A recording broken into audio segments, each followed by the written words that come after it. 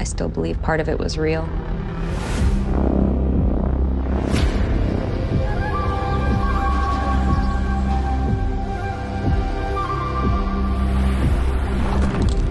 Start over.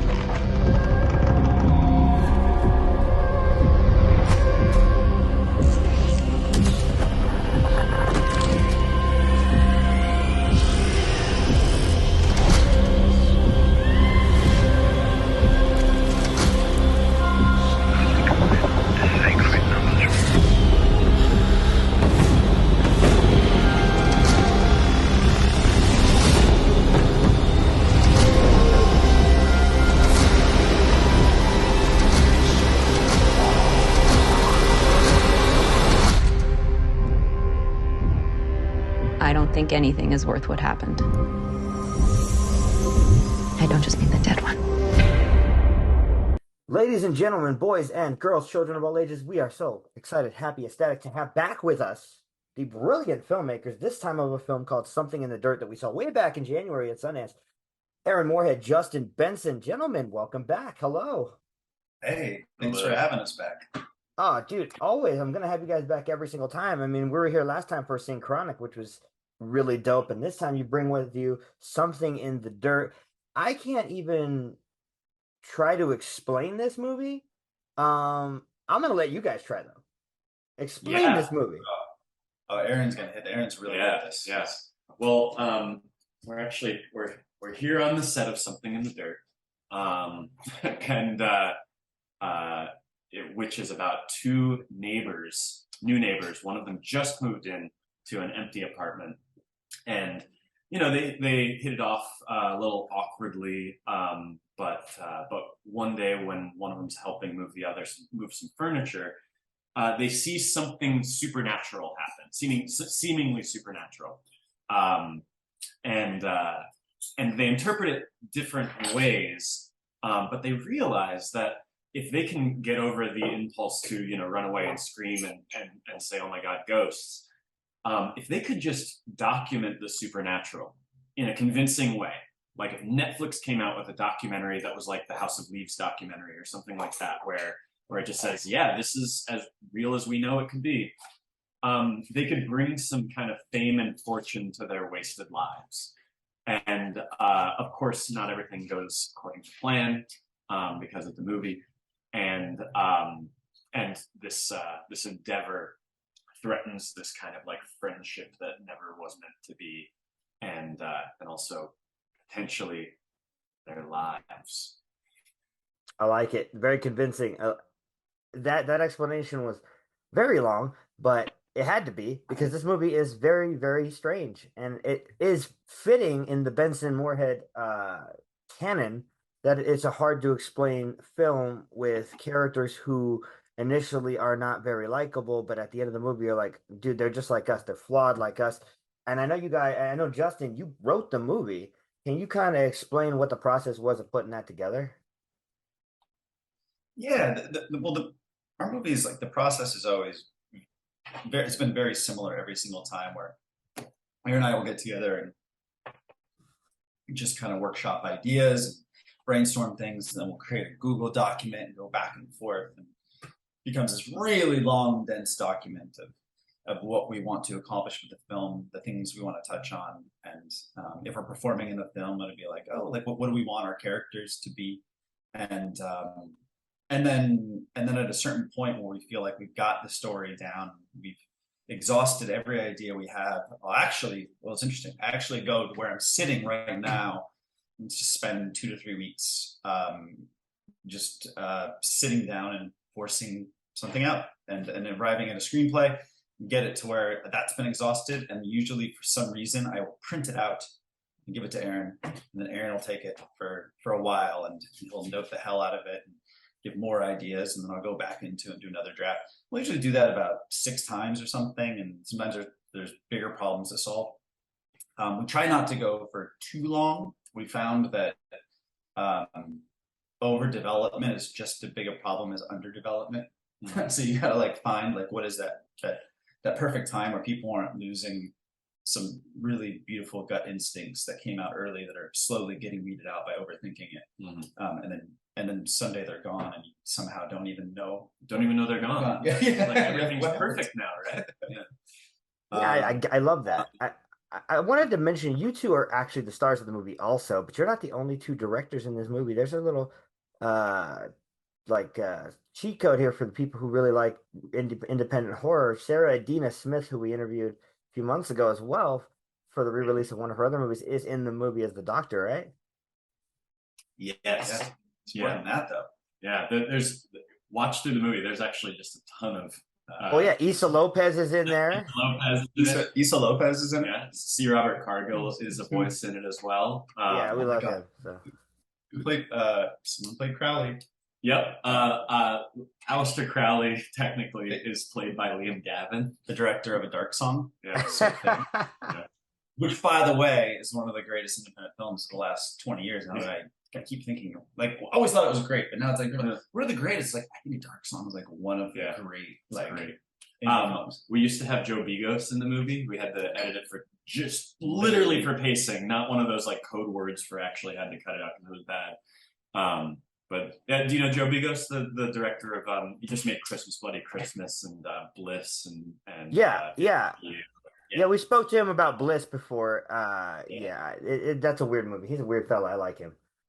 I love him. Bliss is another one where it's like might be one of the greatest. No, not might be. It is one of the greatest indie films of the last 20 years.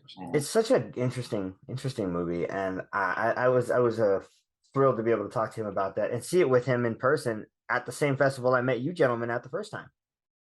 Yeah, it's been a long time. Yeah, that's cool. Yeah, very long time, gentlemen. There's also Gil Clappin in there from The Wave. If you saw that. Great. I did see Gil Clappin. I like The Wave too. It's just a circle of your friends, and I love this. Yeah. David Lawson, Smiling Dave, he's in it. Yeah, Dave's in there.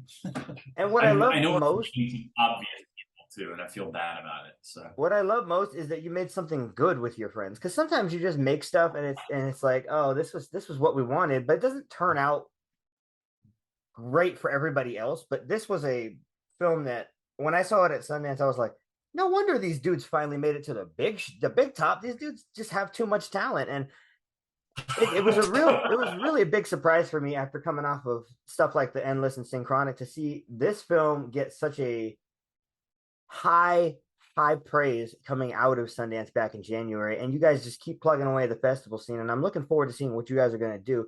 Did you guys find Distro yet? What's the game plan here? Oh yeah, it's coming out in theaters in 2 weeks. Here we go. November 4th. November 4th. Yeah. Mm-hmm. November 4th, and we'll be at screenings in New York and LA, and some like we've got actually our New York screening, Brooklyn and Draft House. Afterwards, we'll have a discussion with LP from Run the Jewels, which should be like it's funny to say. It's like, oh yeah, so I was like, hey, do you want to go to a Q&A and watch yourself? Like, not really. But since he's asking the questions, like, I'd go to that. Yeah, I'm curious. Hell yeah, that's the coolest thing you could have said all day. Yeah. We also have Mike Flanagan and David Bruckner doing some Q&As with us, and it'll be a very, very fun, interesting full house. Oh my God, this is like a horror fan's wet dream. This is fantastic. I love it. Yeah. I love that. Dude, what else do you guys have coming up besides this fantastic picture you got coming out in a couple weeks? Because I know you guys are always doing stuff. We're developing a TV show of our own, and it's funny. It's very far along, and yet the final steps we got so congested with so many things happening that the final steps of getting ready to go pitch it are like.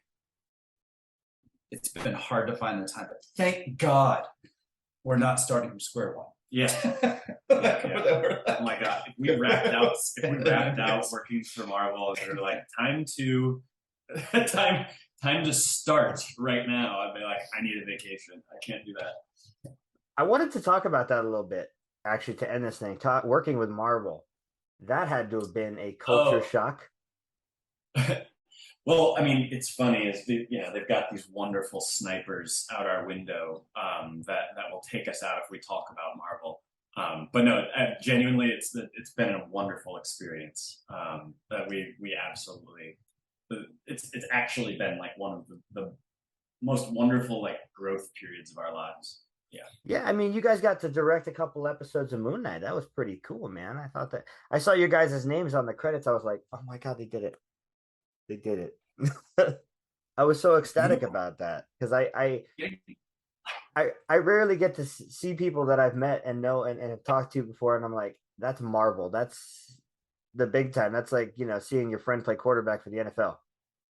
Well, speaking of quarterback in the NFL, Mohamed Diab, who was basically the lead, the main director on Moon Knight, getting to work with him was amazing. Because like you watch, he has this movie called Clash that you watch it as a filmmaker and you're just like, I don't know if this is filmmaking.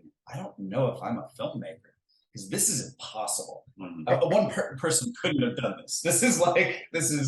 It's unbelievable. He is an unbelievable filmmaker, and it was really inspiring just to work with him and hopefully lifelong friends. Fascinating guy. Yeah. I love seeing the growth picture to picture with you guys. It's really been a fun journey to see you guys evolve and grow as filmmakers and go bigger and go riskier. There's a lot of stuff in this movie in particular that is visually different from what you guys had previously done. And every single time you guys do a film, I noticed that you guys are doing different things visually. This doesn't look like Synchronic. There's not a lot of the same camera tricks that were in Synchronic. This has a lot of different camera tricks.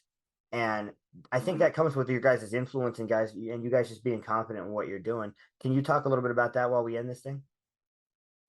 Yeah, I mean, I'll kick us off. You bring up this really interesting point that something I was just thinking the other day.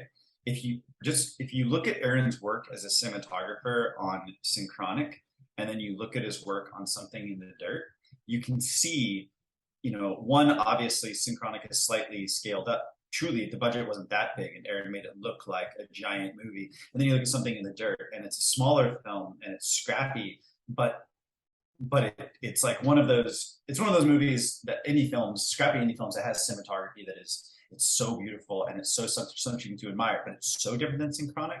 And I think that I think it's so interesting because Aaron is not a career DP.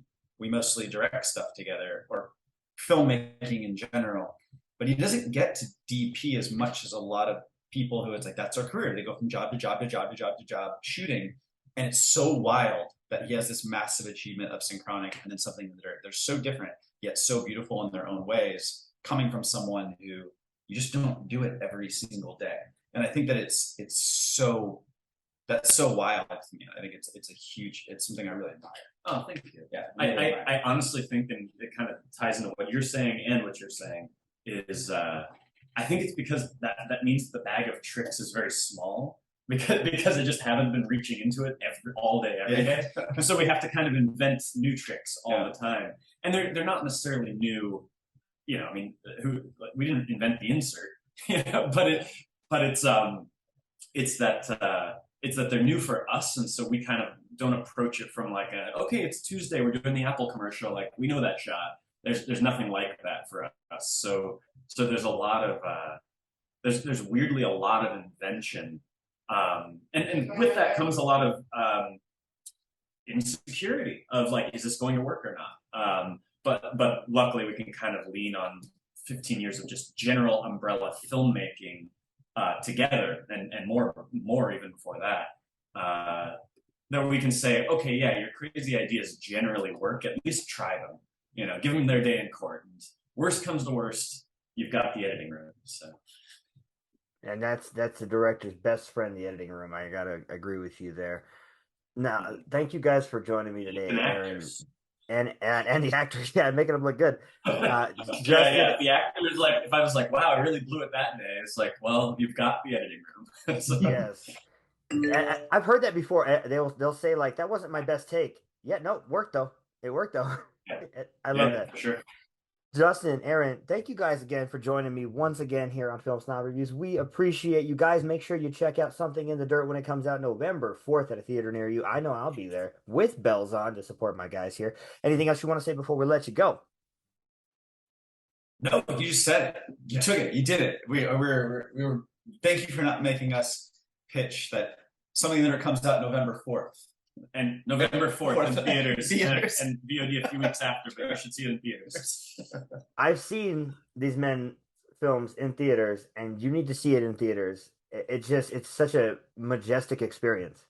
Oh, well, you know what's actually, sorry, I know you gotta go.